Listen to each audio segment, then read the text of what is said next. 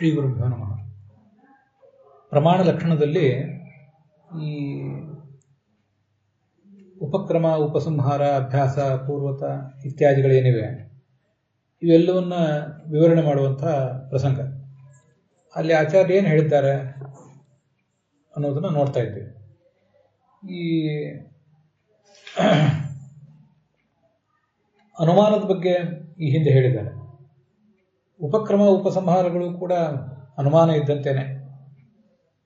ನಾವು ಪರ್ವತಃ ವನ್ಯಮಾ ಧೂಮತ್ ಎಂಬ ಅನುಮಾನದಲ್ಲಿ ಹೇಗೆ ಧೂಮ ಎಂಬ ಹೇತುವಿನಿಂದ ವನ್ನಿಯನ್ನು ಊಹಿಸ್ತೀವೋ ಹಾಗೆ ಉಪಕ್ರಮ, ಉಪಸಂಹಾರ ಇತ್ಯಾದಿ ಗಳಿಂದ ವಕ್ತೃವಿನ ತಾತ್ಪರ್ಯ ಏನಿದೆ, ಶಾಸ್ತ್ರದ ತಾತ್ಪರ್ಯ ಏನಿದೆ ಅಂತ ಊಹಿಸಲಿಕ್ಕೆ ಅನುಕೂಲ ಆಗ್ತದೆ ಅಂತ ಅಲ್ಲಿ ಬಂದಿದೆ.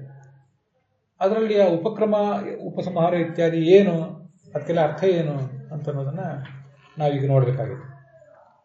ಇದು ಬ್ರಹ್ಮಸೂತ್ರ ಭಾಷ್ಯದಲ್ಲಿ ತತ್ವ ಸಮನ್ವಯ ಅನ್ನುವ ಸೂತ್ರದಲ್ಲಿ, ಆ ಸೂತ್ರಕ್ಕೆ ಭಾಷ್ಯ ಬರೆಯುವಾಗ ಆಚಾರ್ಯರು ಉಪಕ್ರಮ, ಉಪಸಂಹಾರ ಇದನ್ನೆಲ್ಲ ಹೇಳಿದ್ದಾರೆ.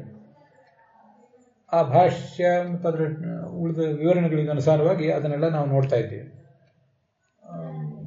ಅಪೂರ್ವತ, ಅಭ್ಯಾಸ ಮತ್ತು ಅಪೂರ್ವತ ಇದನ್ನೆಲ್ಲ ಈ ಹಿಂದೆ ನೋಡಿದ್ದೇವೆ. ಇನ್ನೀಗ ಫಲ ಅಂತ ಅನ್ನೋದನ್ನು ಗಮನಿಸಬೇಕು. ಯಾವುದಾದೊಂದು ಪ್ರಮೇಯವನ್ನು ಒಬ್ಬರು ಪ್ರತಿಪಾದನೆ ಮಾಡುವಾಗ ಆ ಪ್ರಮೇಯ ತಿಳ್ಕೊಂಡಿದ್ದರಿಂದ ಮತ್ತು ತಿಳಿಸಿದ್ರಿಂದ ಏನು ಫಲ ಅಂತ ಅನ್ನೋದು ಮುಖ್ಯ ಆಗ್ತದೆ.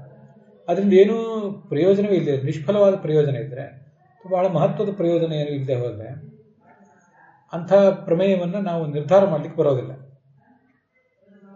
ಇನ್ನು ಸಫಲವಾದಂಥ, ಉತ್ತಮವಾದಂಥ ಪ್ರಯೋಜನವನ್ನೇನಾದರೂ ಅದು ಪ್ರತಿಪಾದನೆ ಮಾಡಿದರೆ, ಆ ಪ್ರಮೇಯವನ್ನು ತಿಳಿದಿದ್ದರಿಂದ ಅಂಥ ಒಂದೇನಾದರೂ ಪ್ರಯೋಜನ ನಮಗಿದ್ರೆ, ಆವಾಗ ಆ ಪ್ರಯೋಜನ ಫಲ ಅದನ್ನು ಅನುಸರಿಸಿ ನಮಗೆ ಆ ವಸ್ತುವನ್ನು, ಆ ಯಾವ ಪ್ರಮೇಯವನ್ನು ತಿಳಿದ್ರೆ ಆ ಫಲ ಸಿಗ್ತದೋ ಆ ಪ್ರಮೇಯವನ್ನು ತೀರ್ಮಾನ ಮಾಡಲಿಕ್ಕೆ ಅನುಕೂಲ ಆಗ್ತದೆ. ಅದಕ್ಕೆ ಉದಾಹರಣೆ ಏನು ಅಂತ ಪ್ರಶ್ನೆ. ಅಸತಃ ಸದಜಾಯತ ಅಂತಿದು ಉಪನಿಷತ್ತಿನಲ್ಲಿ ಬಂದಿದೆ, ಛಾಂದೋಗ್ಯ ಉಪನಿಷತ್ತಿನಲ್ಲೇ ಬಂದಿದೆ. ಅಸತ್ತಿನಿಂದ ಸತ್ತು ಹುಟ್ಟಿತು. ಸತ್ತು ಅಂದರೆ ಬ್ರಹ್ಮ. ಅಸತ್ತಿನಿಂದ, ಅಸತ್ ಅಂದರೆ ಇಲ್ಲದೇ ಇರುವುದು, ಮಿಥ್ಯಾ ಅಂತ ಅರ್ಥ. ಅದರಿಂದ ಈ ಸತ್ಯವಾದ ಬ್ರಹ್ಮ ಹುಟ್ಟಿತು ಅಂತ ಹೀಗೆ ಹೇಳುವಂತೆ ಕಾಣಿಸ್ತದೆ, ಸ್ಥೂಲ ನೋಟಕ್ಕೆ ಹಾಗೆ ಕಾಣಿಸ್ತದೆ. ಆದರೆ ಅಸತ್ತಿನಿಂದ ಬ್ರಹ್ಮ ಹುಟ್ಟಿತು ಅಂತ ಈತ ತಿಳ್ಕೊಂಡಿದ್ರಿಂದ ಯಾವುದೇ ಪ್ರಯೋಜನ ಇಲ್ಲ. ಆ ಉಪನಿಷತ್ತಿನಲ್ಲೂ ಯಾವುದೇ ಪ್ರಯೋಜನದ ಬಗ್ಗೆ ಹೇಳಲಿಲ್ಲ. ಮತ್ತು ನಾವು ಆ ಥರ ತಿಳ್ಕೊಂಡಿದ್ದರಿಂದ ಬೇರೆ ಏನಾದರೂ ಪ್ರಯೋಜನ ಇದೆ ಅನ್ನೋದ್ರ ಬಗ್ಗೆ ಏನು ಆಧಾರವೂ ಕೂಡ ನಮಗೆ ಕಾಣಿಸೋದಿಲ್ಲ. ಅಲ್ಲೇ ಉಪನಿಷತ್ತಿನಲ್ಲಿ, ಛಾಂದೋಗ್ಯ ಉಪನಿಷತ್ತಿನಲ್ಲೇ ಸದೇವ ಸೌಮ್ಯ ಇದಮಗ್ರ ಆಸೀತ್ ಅಂತ ಇನ್ನೊಂದು ಮಾತಿದೆ. ಸೌಮ್ಯ ಅಂತ ಸಂಬೋಧನೆ, ಯಾರು ಸಂಬೋಧನೆ ಮಾಡಿದ್ದು, ಯಾರು ಯಾರನ್ನ ಕುರಿತು ಹೇಳಿದ್ದು ಅಂತ ನನಗೆ ನೆನಪಿಲ್ಲ. ಇಲ್ಲ, ಅದೇನು ಬೇಡ. ಇದಮಗ್ರೆ, ಮೊದಲು ಈ ಪ್ರಳಯ ಕಾಲದ ಮುಗಿದು ಸೃಷ್ಟಿ ಪ್ರಾರಂಭ ಆಗುವಾಗ ಸತ್ ಏವ, ಸತ್ಯವೇ ಆಸೀತ್ ಇತ್ತು ಅಂತ ಹೀಗದರ ಅರ್ಥ ಆಗ್ತದೆ. ಸತ್ಪದಕ್ಕೆ ಬ್ರಹ್ಮ ಎಂಬ ಅರ್ಥವನ್ನು ಅಲ್ಲಿ ವರ್ಣನೆ ಮಾಡಿದ್ದಾರೆ. ಸದೇವ ಸೌಮ್ಯ ಇದಮಗ್ರ ಆಸೀತ್ ಅನ್ನುವ ಉಪನಿಷತ್ತಿನ ಮಾತನ್ನು ಅರ್ಥ ಮಾಡುವಾಗ ಅದಕ್ಕೆ ಸತ್ ಎಂಬ ಶಬ್ದಕ್ಕೆ ಬ್ರಹ್ಮ ಅಂತ ಅರ್ಥ ಹೇಳಿದ್ದಾರೆ. ಇಂಥ ಬ್ರಹ್ಮನನ್ನು ತಿಳ್ಕೊಂಡಾಗ ಮೊದಲು ಆ ಬ್ರಹ್ಮವೇ ಇತ್ತು, ಆದ್ದರಿಂದ ಈ ಜಗತ್ತೆಲ್ಲವೂ ಹುಟ್ಟಿದೆ ಅಂತ ಮುಂದೆ ವರ್ಣನೆ ಮಾಡ್ತಾರೆ. ಹೀಗೆ ಸತ್ಯವಾದ ಬ್ರಹ್ಮನಿಂದ ಜಗತ್ತಿನ ಉತ್ಪತ್ತಿ ಆಗ್ತದೆ ಅಂತ ನಾವು ತಿಳ್ಕೊಂಡಾಗ ಅದರಿಂದ ಮೋಕ್ಷ ಎಂಬ ಫಲ ಆಗ್ತದೆ ಅಂತ ಹೀಗೆ ಆ ಸಂದರ್ಭವನ್ನೆಲ್ಲ ನೋಡಿದರೆ ತಿಳಿದು ಬರ್ತದೆ. ಅದು ಆ ಒಂದು ಸಂದರ್ಭದಿಂದ ನೇರವಾಗಿ ತಿಳಿದು ಬಂದಿಲ್ಲದೆ ಇರಬಹುದು. ಆದರೆ ಈ ನಾವು ಜನ್ಮಾದ್ಯಸೇತ ಅಂತ ಈಗ ಸೂತ್ರ ನೋಡಿದ್ದೇವೆ ಬ್ರಹ್ಮಸೂತ್ರದಲ್ಲೇ, ಮತ್ತು ಜನ್ಮಾದ್ಯಸೇತೋನ್ವಯಾದಿತರತಃ ಅಂತ ಭಾಗವತವನ್ನು ಕೂಡ ನೋಡಿದ್ದೇವೆ. ಭಗವಂತನ ಒಂದು ಪ್ರಧಾನವಾದಂಥ ಲಕ್ಷಣ ಅದು. ಆ ಲಕ್ಷಣವನ್ನು ತಿಳ್ಕೊಂಡ್ರೆ ಭಗವಂತನನ್ನು ಪೂರ್ಣವಾಗಿ ತಿಳಿದಂತಾಗ್ತದೆ. ಆದ್ದರಿಂದ ಮುಕ್ತಿ ಆಗ್ತದೆ, ಮೋಕ್ಷ ಆಗ್ತದೆ. ಅದು ಅಲ್ಲೆಲ್ಲ ಬಂದಿದೆ. ಅಥಾತೋ ಬ್ರಹ್ಮ ಜಿಜ್ಞಾಸ, ಬ್ರಹ್ಮನ ಬಗ್ಗೆ ಜಿಜ್ಞಾಸೆ ಮಾಡಬೇಕು. ಯಾಕೆ ಜಿಜ್ಞಾಸೆ ಮಾಡಬೇಕು ಅಂದರೆ, ಜಿಜ್ಞಾಸೆ ಮಾಡುವುದು ಅಂದರೆ ಶ್ರವಣ ಮಾಡುವುದು, ಮನನ ಮಾಡುವುದು, ಧ್ಯಾನ ಮಾಡುವುದು ಅಂತಲೇ ಅರ್ಥ. ಯಾಕೆ ಜಿಜ್ಞಾಸೆ ಮಾಡಬೇಕು ಅಂದರೆ, ಅತಃ ಇದರಿಂದ ಮೋಕ್ಷ ಎಂಬ ಫಲ ಇರುವುದರಿಂದ ಅಂತ ಹೀಗೆಲ್ಲ ಅಲ್ಲಿ ಅರ್ಥ ಮಾಡಿದ್ದಾರೆ. ಅದು ಬ್ರಹ್ಮಸೂತ್ರಕ್ಕೆ ಸಂಬಂಧಪಟ್ಟಂತೆ ನಾನು ಹೇಳಿದೆ. ಹಾಗೆ ಇಲ್ಲಿಯೂ ಕೂಡ ಮೊದಲು ಸತ್ಯ ಒಂದೇ ಇತ್ತು. ಆ ಸತ್ಯವಾದ ಬ್ರಹ್ಮನಿಂದ ಈ ಜಗತ್ತೆಲ್ಲವೂ ಹುಟ್ಟಿತು ಅಂತ ತಿಳ್ಕೊಂಡ್ರೆ ಮೋಕ್ಷ ಆಗ್ತದೆ ಅಂತ ಗೊತ್ತಾಗ್ತದೆ. ಆದ್ದರಿಂದ ಅಸತಃ ಸದಜಾಯಿತ ಎಂಬಲ್ಲಿಯೂ ಕೂಡ ಅಸತ್ಯ ಎಂಬ ಶಬ್ದಕ್ಕೂ ಬ್ರಹ್ಮ ಅಂತಲೇ ಅರ್ಥ.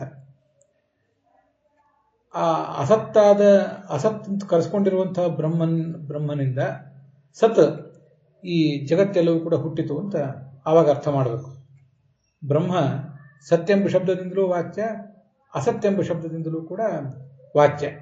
ಬ್ರಹ್ಮ ಸರ್ವಶಬ್ದ ವಾಚ್ಯ ಆದ್ದರಿಂದ ಅವನು ಯಾವ ಶಬ್ದದಿಂದಲೂ ಹೇಳಬಹುದು. ಸತ್ ಅಂದರೆ ವ್ಯಕ್ತ ಅಂತ ಅರ್ಥ, ಅಸತ್ ಅಂದರೆ ಅವ್ಯಕ್ತ ಅಂತ ಅರ್ಥ.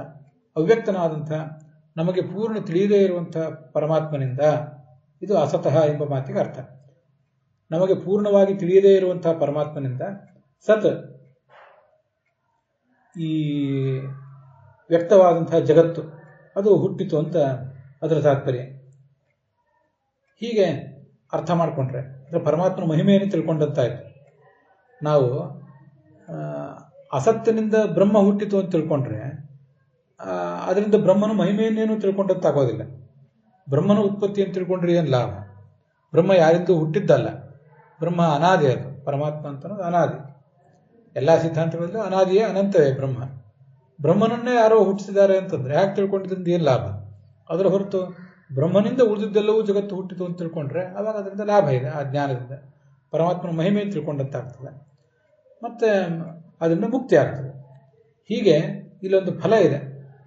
ಬ್ರಹ್ಮ ಅಂತಲೇ ಅರ್ಥ ಮಾಡಿಕೊಂಡು ಅದರ ತತ್ವಜ್ಞಾನ ಪಡ್ಕೊಂಡ್ರೆ ಅದರಿಂದ ಒಂದು ಫಲ ಇದೆ.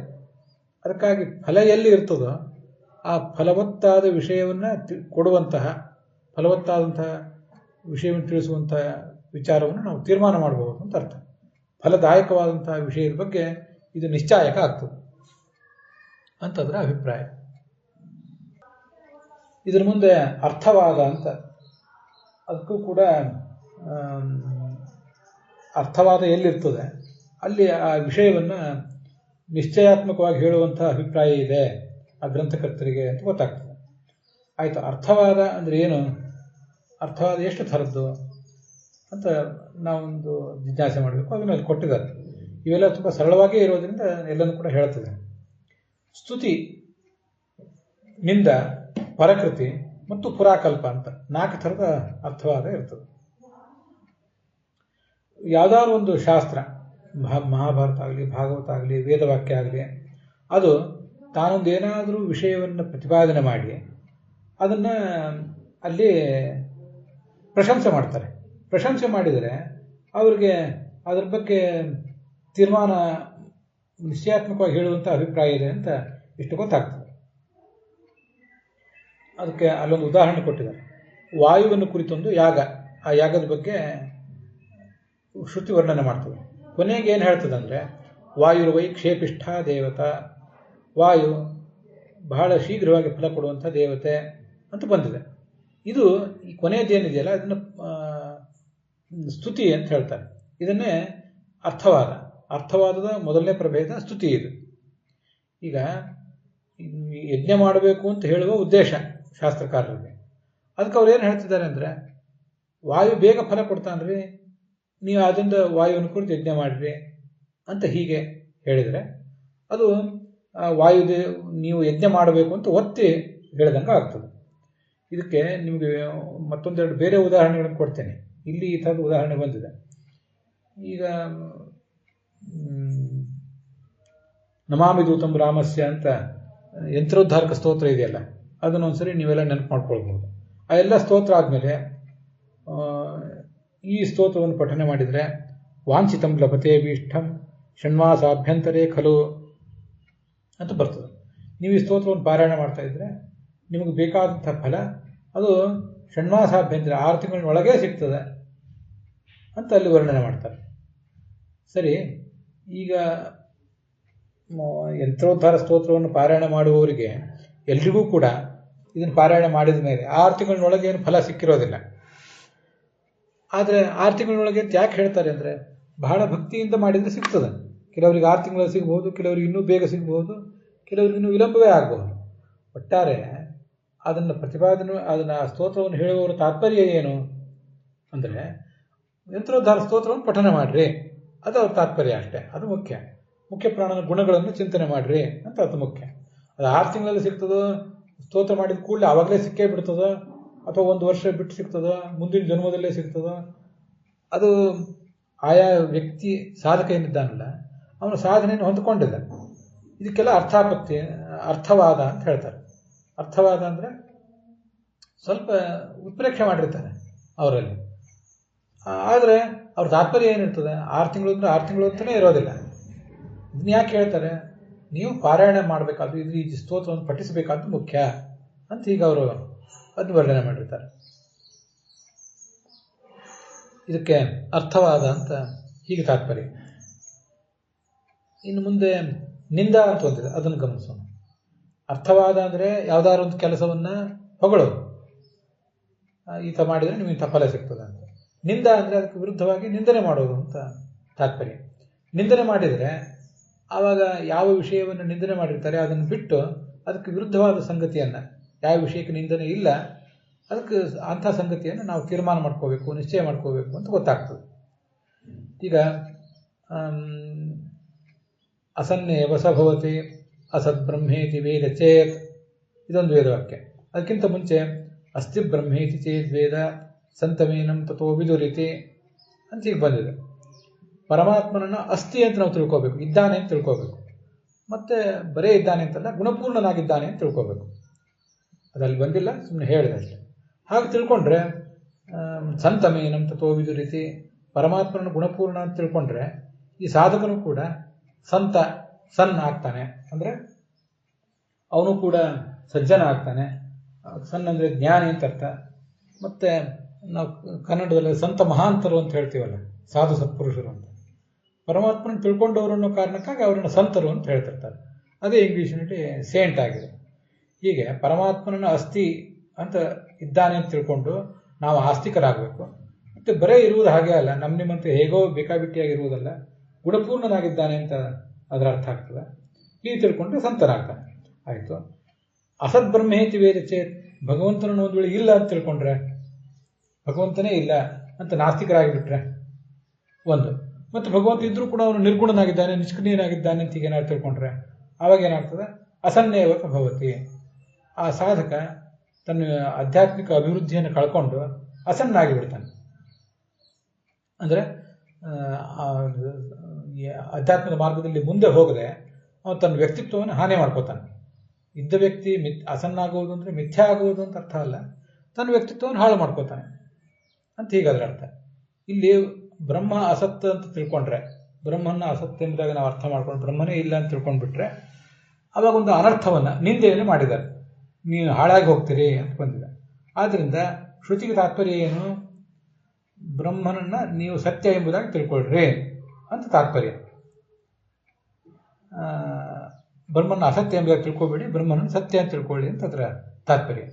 ಹೀಗೆ ಎಲ್ಲಿ ಸ್ತುತಿ ಮಾಡಿರ್ತಾರೋ ಅದನ್ನು ತೀರ್ಮಾನ ಮಾಡಬೇಕು, ಎಲ್ಲಿ ನಿಂದೆ ಮಾಡಿರ್ತಾರೋ ಅದನ್ನು ಬಿಟ್ಟು ಅದಕ್ಕೆ ವಿರುದ್ಧವಾದ ಸಂಗತಿಯನ್ನು ತೀರ್ಮಾನ ಮಾಡಬೇಕು ಅಂತ ಹೀಗಾದ್ರೆ ಅರ್ಥ ಆಗ್ತದೆ.